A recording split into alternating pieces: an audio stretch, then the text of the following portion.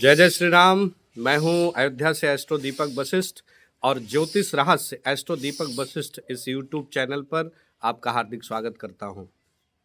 दोस्तों, एक बड़ी बात सामने निकल के आती है कि बहुत सारे लोग ऐसे मिलते हैं जो कहते हैं कि मेरे पास डेट ऑफ बर्थ नहीं है, या फिर डेट ऑफ बर्थ तो है लेकिन एग्जैक्ट टाइम नहीं है। तो ऐसे लोगों को कैसे ज्योतिषीय परामर्श दिया जाए, या ऐसे लोग कैसे ज्योतिष से लाभान्वित हो सकते हैं, ये एक बड़े पैमाने पर समस्या देखी जाती है। मैं बताना चाहता हूँ कि यदि आपके पास डेट ऑफ बर्थ नहीं भी है, आपके पास टाइम एग्जैक्ट नहीं है, तब भी आप ज्योतिष से जुड़कर ज्योतिषीय उपायों से, ज्योतिषीय परामर्श लेकर के अपने जीवन की विभिन्न कठिनाइयों से निजात पा सकते हैं और उसके मार्गदर्शन में आप भी सफलता को प्राप्त कर सकते हैं। कैसे? देखिए, कुंडली की जो विधा है उसमें 12 भाव बनाए गए हैं। यही 12 भाव जन्म से लेकर के मृत्यु तक और जितने इससे जुड़े हुए, जीवन से जुड़े हुए जितने पहलू हैं, जितनी उपलब्धियां हैं, जितने नुकसान हैं, जितने संबंध हैं, जो भी कर्म क्षेत्र से जुड़े हुए जितनी भी बातें हैं, वो इन्हीं 12 भावों से में से किसी न किसी भाव से संबद्ध होती हैं। अर्थात प्रत्येक भाव जीवन के कुछ ना कुछ पहलू की अभिव्यक्ति देता है, इसलिए ये भाव बहुत ही महत्वपूर्ण होते हैं। इस भाव पर कौन सा, इस भाव में कौन सी राशि है, कौन से राशि के नक्षत्र हैं, नक्षत्र के कौन से चरण हैं, कौन से ग्रह बैठे हैं, किन ग्रहों की दृष्टि है, ये बहुत सारी बातें हैं जो भाव के बल को, भाव के फल को प्रभावित करती हैं। ये सब कुंडली विश्लेषण के दौरान देखा जाता है, लेकिन सबसे ज़्यादा जो महत्वपूर्ण है वो है भाव का कारक। और प्रत्येक भाव के एक निश्चित कारक ग्रह होते हैं।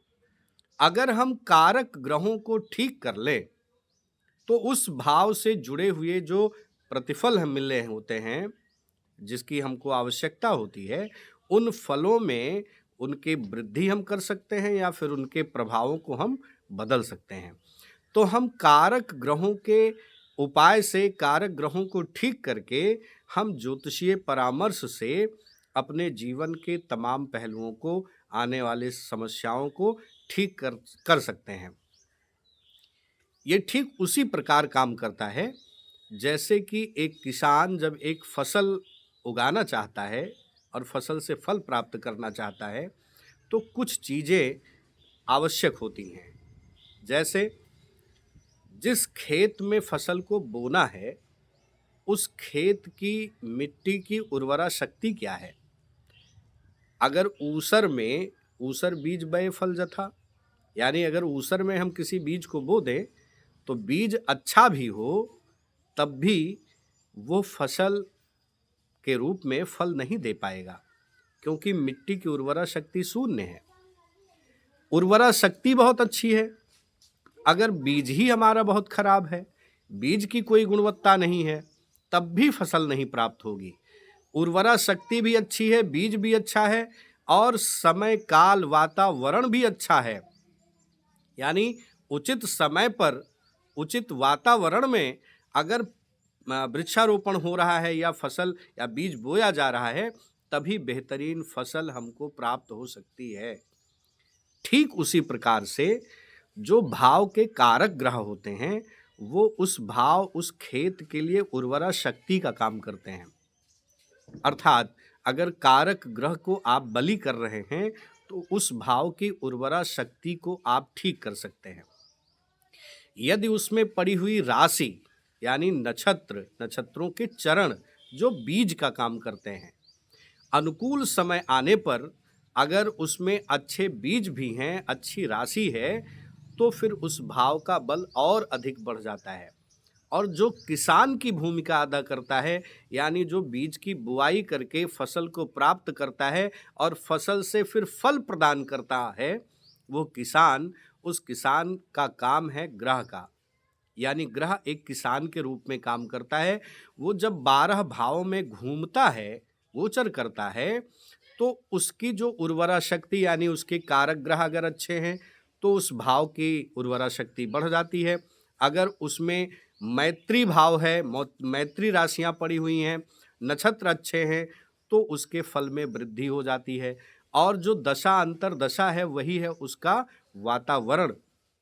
अर्थात यदि किसी भाव के कारक ग्रह को ठीक कर ले और उसमें जो राशियां हैं, उसमें जो नक्षत्र हैं, यदि वो भी अनुकूल हैं, तो दशा और अंतर्दशा के अनुकूल समय में उस भाव का अच्छा परिणाम हम प्राप्त कर सकते हैं। और इस प्रकार यदि आप किसी पर्टिकुलर समस्या से जूझ रहे हैं तो उस समस्या के आधार पर हम ये तय कर सकते हैं कि इस समस्या का संबंध किस भाव से है, उस भाव का कारक ग्रह क्या है और काल पुरुष में उसकी राशि कौन सी है, उसका नक्षत्र कौन सा है। उसके आधार पर हम ग्रह को बली करके और उस नक्षत्र को अनुकूल करके उससे संबंधित बातों का निराकरण प्राप्त कर सकते हैं, उससे ज्योतिषीय उपाय प्राप्त कर सकते हैं।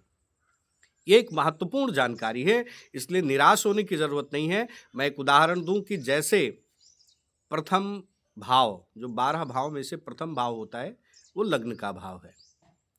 लग्न का भाव, उसका जो कारक ग्रह है वो सूर्य है।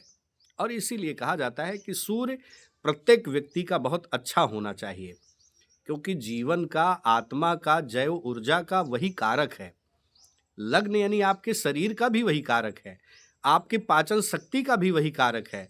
अगर सूर्य बहुत कमजोर हो जाता है तो फिर व्यक्ति पाचन संबंधी समस्याओं से जूझता है, आत्मबल उसका कमजोर हो जाएगा क्योंकि आत्मा का कारक है, आत्मबोध उसका कमजोर हो जाएगा, उसके अंदर से विवेक शून्य वो व्यक्ति हो जाएगा, उसको अच्छे बुरे की पहचान नहीं रह जाएगी, विभिन्न समस्याएं हो सकती हैं।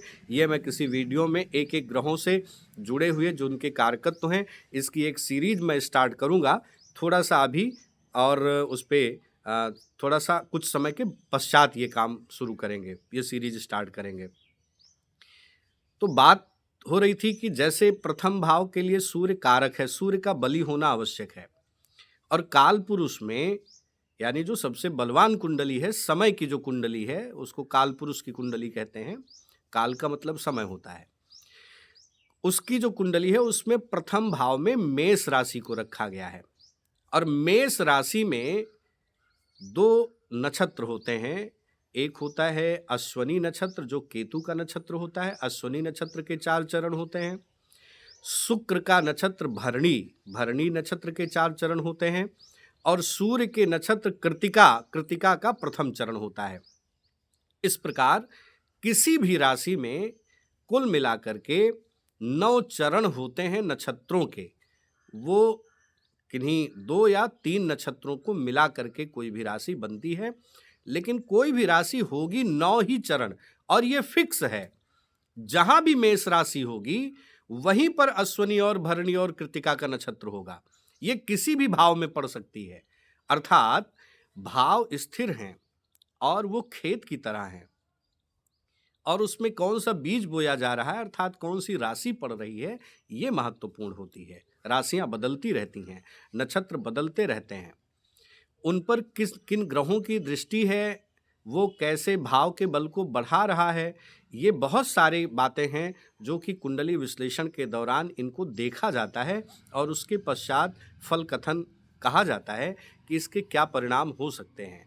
तो इस प्रकार आप कारक ग्रह को और संबंधित भाव से जुड़े हुए नक्षत्रों को अनुकूल करके, उसके उपाय करके आप उस भाव के परिणाम को अपने अनुकूल कर सकते हैं।